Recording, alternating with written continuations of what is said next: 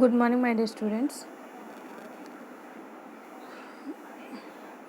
ఈ ప్రాబ్లంలో మీకు అడిషనల్ ఇన్ఫర్మేషన్ ఏమి ఇచ్చాయంటే depreciation was written off plant వచ్చి ₹14,000 in 2007. Dividend of ₹20,000 was paid during the year 2007 is 20,000. Income tax provision made during the year was 25,000. A piece of land has been sold during the year at cost. ఈ additional ఇన్ఫర్మేషన్లో first point depreciation written off అనేది plant అకౌంట్లో వస్తుంది, అలాగే adjusted P&L అకౌంట్లో వస్తుంది. Next dividend వచ్చేసరికి 20,000 pay చేసేసాం కాబట్టి ఫండ్స్ ఫ్లో స్టేట్మెంట్లో వస్తుంది, అడ్జస్టెడ్ P&L అకౌంట్లో వస్తుంది. నెక్స్ట్ ఇన్కమ్ ట్యాక్స్ ప్రొవిజన్, ఇది ఇన్కమ్ ట్యాక్స్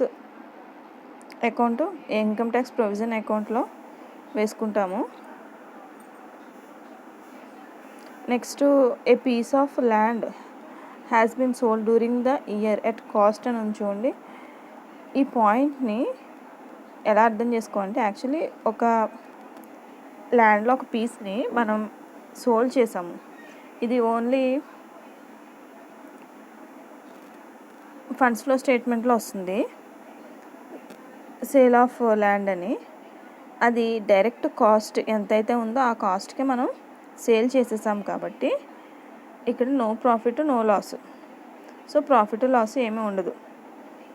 ఒకవేళ ఏమైనా కొన్నారా ల్యాండ్ ఏంటి అనేది అదర్ ఇన్ఫర్మేషన్ ఏమైనా ఉంటే దాంట్లో చూసుకోవాలి. ఇక్కడ మనకి ల్యాండ్ అండ్ బిల్డింగ్స్ వచ్చేసరికి 2 lakhs 1,90,000. సో డిఫరెన్స్ వచ్చి 10,000. అండ్ దీనికి సంబంధించి ఇంకేమీ కూడా ఇవ్వలేదు కాబట్టి ఇన్ఫర్మేషన్ 10,000 వాల్యూ చేసే ల్యాండ్ని 10,000కే మనం సేల్ చేసినట్టు దీని అర్థం. సో అక్కడ ప్రాఫిట్ ఉండదు, లాస్ ఉండదు. అడిషనల్ ఇన్ఫర్మేషన్ సంబంధించిన పాయింట్స్ ఇవి. ఇప్పుడు మనం ప్రాబ్లంలోకి వెళ్దాం. Schedule of changes in working Capitals prepare చేసుకునేటప్పుడు ఫస్ట్ కరెంట్ అసెట్స్ తీసుకుంటాం కదా. ఇక్కడ ఏమేమి ఉన్నాయి మన కరెంట్ అసెట్స్ అంటే stock, debtors, cash, bank. 2006 values 2007 values వేసుకుని వాటి యొక్క డిఫరెన్స్ ఇంక్రీజ్ ఉంటే అంటే 2006తో పోలిస్తే 2007లో ఇంక్రీజ్ ఉందనుకోండి, ఇంక్రీజ్లో వేసుకోవాలి. డిక్రీజ్ ఉందనుకోండి, డిక్రీజ్ ఇన్ వర్కింగ్ క్యాపిటల్లో వేసుకోవాలి. స్టాక్ వచ్చేసరికి మనకి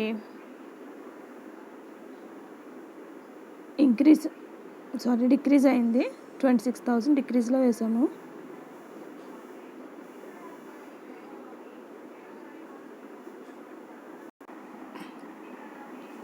స్టాక్ డిక్రీజ్ అయింది, 26,000 డిక్రీజ్లో వేసుకున్నాం. నెక్స్ట్ డెబిటర్స్కి వచ్చేసరికి ఇక్కడ 2006లో 80,000, 2007లో 64,200 ఉంది. డిఫరెన్స్ ఎంత అంటే 15,800. 15,800 ఈ 15,800 కూడా డిక్రీజ్ అయింది. కానీ ఇక్కడ ఒకసారి అబ్జర్వ్ చేయండి, ఇక్కడ డిక్రీజ్లో వేయడం మిస్ అయింది. ఆ పాయింట్ అక్కడ మీరు వేసుకోండి, మర్చిపోవద్దు. డిక్రీజ్లో 15,800 వేసుకోండి. ఒకసారి ఇది PDF మీకు సెర్చ్ చేసిన తర్వాత పంపిస్తాను. డిక్రీజ్లో అందరూ కూడా 15,800 డెబిటార్స్ డిక్రీజ్ అయింది. ఎంత డిక్రీజ్ అయిందంటే 15,800 డిక్రీజ్ అయింది. సో డిక్రీజ్లో 15,800 వేయండి. కింద టోటల్స్ అన్నీ కరెక్ట్గానే ఉన్నాయి, సో ప్రాబ్లం లేదు, అదొక్కటే వేసుకోవాలి. నెక్స్ట్ క్యాష్ ఏమో 100 ఇంక్రీజ్ అయింది, ఇంక్రీజ్లో వేసుకున్నాం. బ్యాంక్ యాక్చువల్లీ స్టార్టింగ్ లేదు, నెక్స్ట్ ఇయర్ 8,000 వచ్చిందంటే ఇంక్రీజ్ అయినట్టు, 0 ఉన్నట్టు, అంటే ప్రీవియస్ ఇయర్ 0 ఉన్నట్టు. నెక్స్ట్ ఇయర్ 8,000 అంటే 8,000 ఇంక్రీజ్ అయినట్టు. సో దాన్ని ఇంక్రీజ్లో వేసుకున్నాం. నెక్స్ట్ కరెంట్ లయబిలిటీస్ ఏమేమి ఇచ్చారు మనకి. కరెంట్ లయబిలిటీస్ అంటే బ్యాంక్ లోన్ షార్ట్ టర్మ్ కాబట్టి అది తీసుకుంటాం, లేదంటే బ్యాంక్ లోను లాంగ్ టర్మ్లోకి తీసుకోవడం జరుగుతుంది. షార్ట్ టర్మ్ అని చెప్పాడు కాబట్టి అది కరెంట్ లయబిలిటీ కింద తీసుకున్నాం. నెక్స్ట్ క్రెడిటర్స్ తీసుకుంటాం. ఈ రెండింటిని కూడా కరెంట్ లయబిలిటీస్గా తీసుకున్నాం. బ్యాంక్ లోను 2006లో 2007లో లేదు, అంటే 2007కి వాల్యూ 0 అయిపోయింది. సో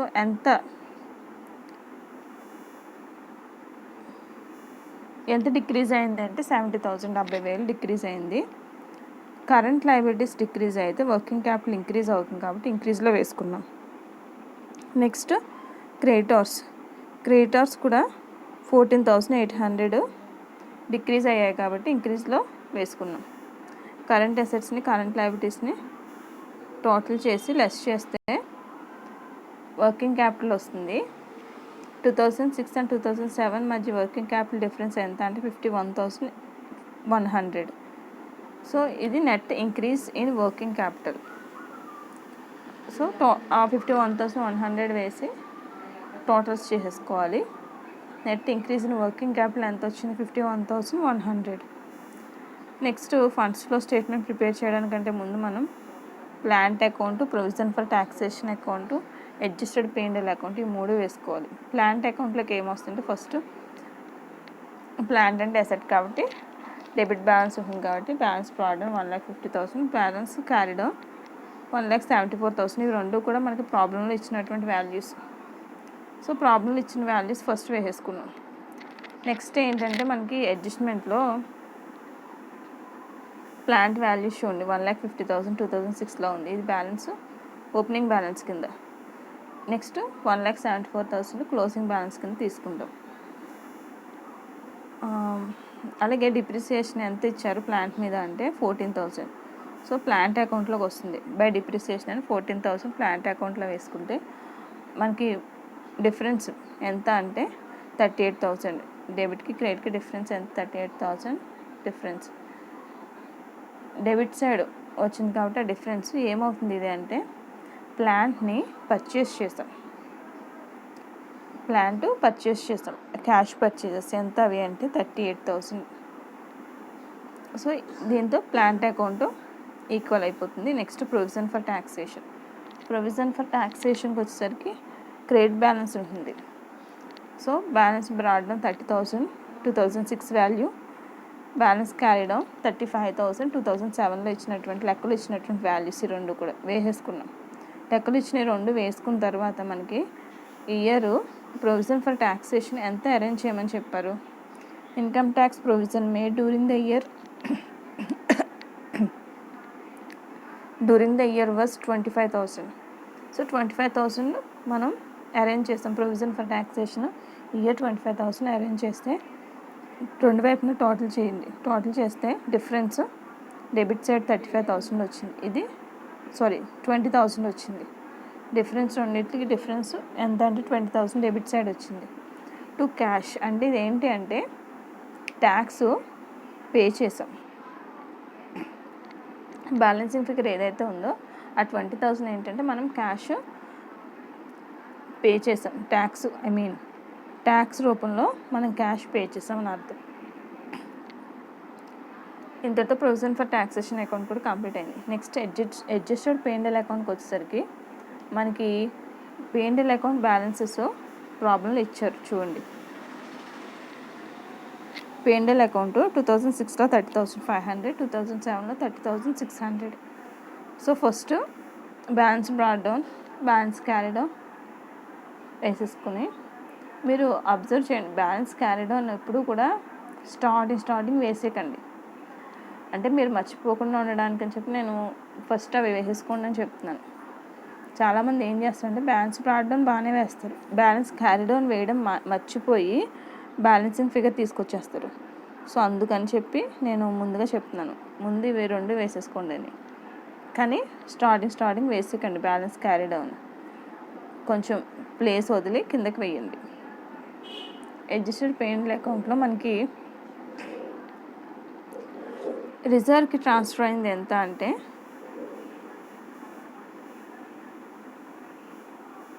రిజర్వ్స్ డిఫరెన్స్ చూడండి.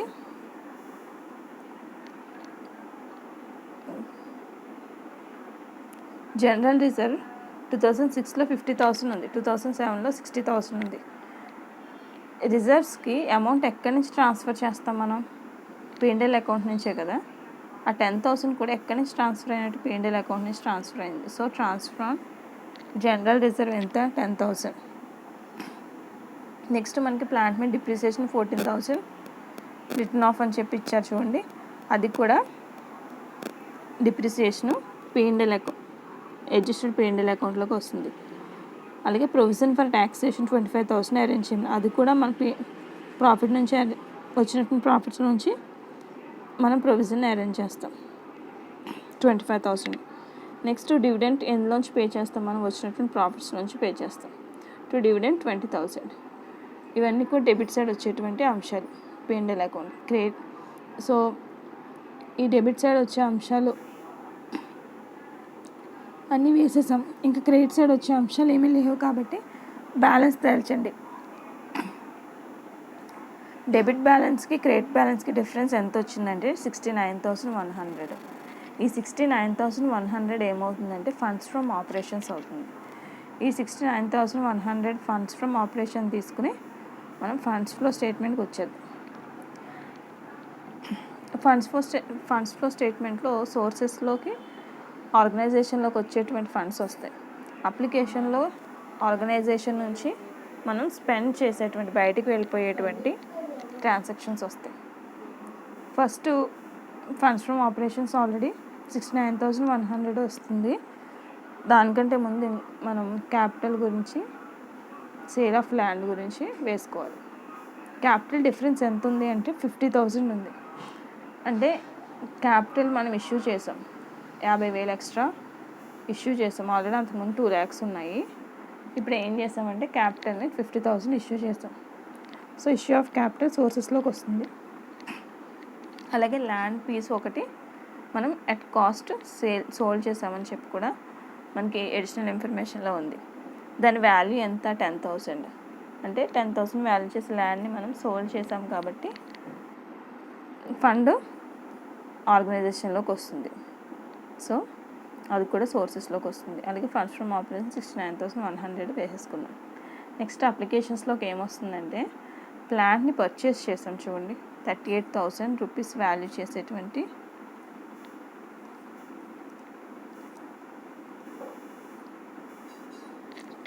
ప్లాంట్ అమౌంట్స్ డిఫరెన్స్ చూడండి.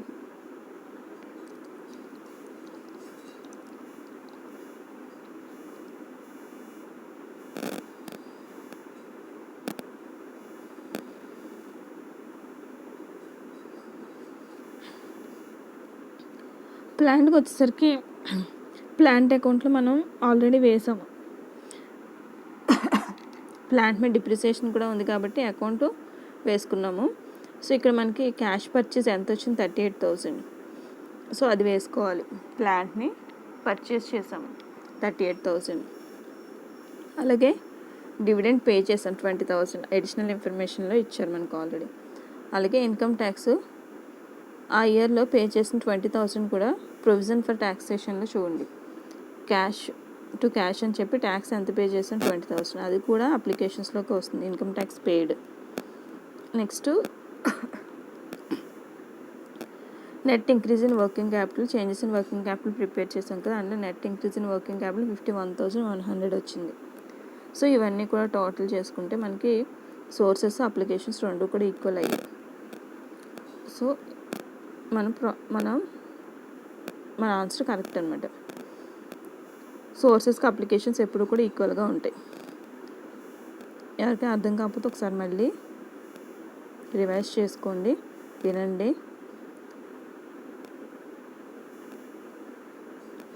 Thank you.